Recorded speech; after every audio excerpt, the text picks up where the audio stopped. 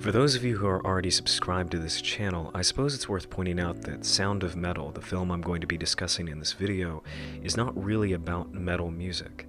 With that said, I think the reason why we identify so closely with the genre is because it moves us. It's a form of vindication through which we might experience not just catharsis, but also an exploration of some of the feelings and challenges that we've harbored throughout our lives. I would hope that the reason why reviews, reactions, and the like are popular is because they provide a shared joy, derision, or otherwise. And so I hope you'll humor me as I discuss a piece of art that, while different from our normal topic of discussion, is just as emotionally resonant and impactful as any great album.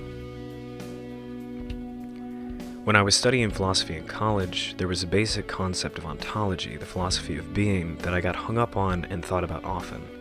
Telos, Aristotle's primary lens from which he viewed the point of humanity. A reductive but accurate way of explaining this lens is to say that people are what they do. And you can easily take that premise further by saying that someone's identity is summarized by what they do. I recall quiet moments sitting in my university's atrium, considering the precipice that this philosophy placed us all at the edge of.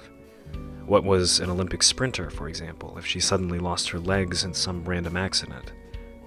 Was she not herself anymore? What of a guitarist who lost a hand, or a man of faith who suddenly lost his belief in a higher power?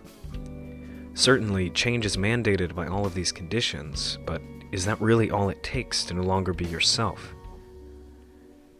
The Sound of Metal, Darius Marder's recent film about a touring drummer who spontaneously loses his hearing, is perhaps the first film I've seen that directly and precisely addresses this theme of identity as telos, and the manner in which one might rectify their sense of self with their present condition after a sudden loss of that thing or any number of things that tells you who you are.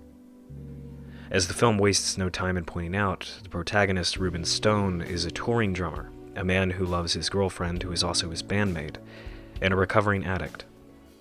When he loses his hearing, all of these elements of his identity unravel. He can no longer tour and perform because he can't hear what he's playing. His impulse to turn to drugs disrupts the healthy habits he's interwoven into his touring schedule, and his romantic partner Lou separates herself from him, as she knows that her own struggles will be exacerbated by his. It's implied that their relationship is founded on a mutual recovery, whether it be from addiction or trauma, and one's plight influences that of the other.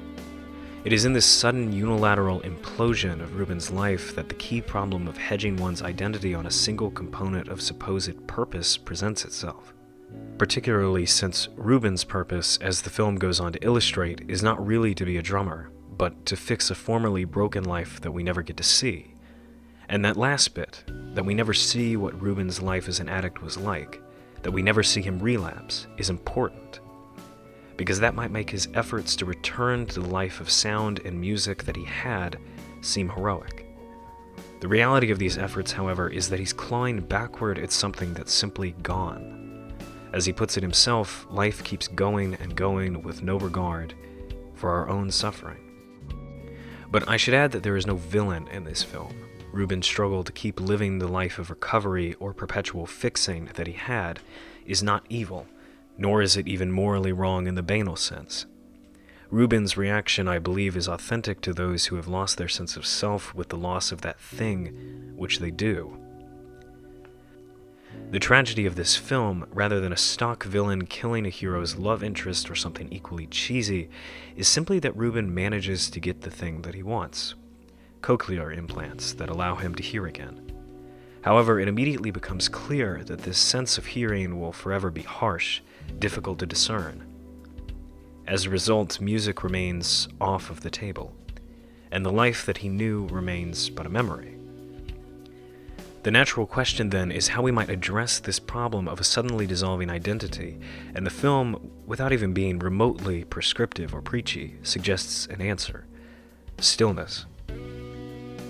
There is a challenge posed to Ruben early in this film after he's lost his hearing, to simply sit until he cannot bear it anymore, and then to write to the same end, and then to once again sit. Ruben never completes this challenge as it was intended to be completed, and so its reward is tragically belated. But he does eventually come to understand the point of the exercise. to simply be able to sit with yourself as you are in a given moment. When you put it on paper or say it out loud, this feels somewhat cliched or pseudo-philosophical, but I believe that there is a salient point here. In my subjective experience, simply sitting with myself is far more difficult than the striving and strife that we so often revere. And so I leave all of you, whose identity is at least partially entwined with the sound of metal, with a question. Who are you in moments of absolute silence?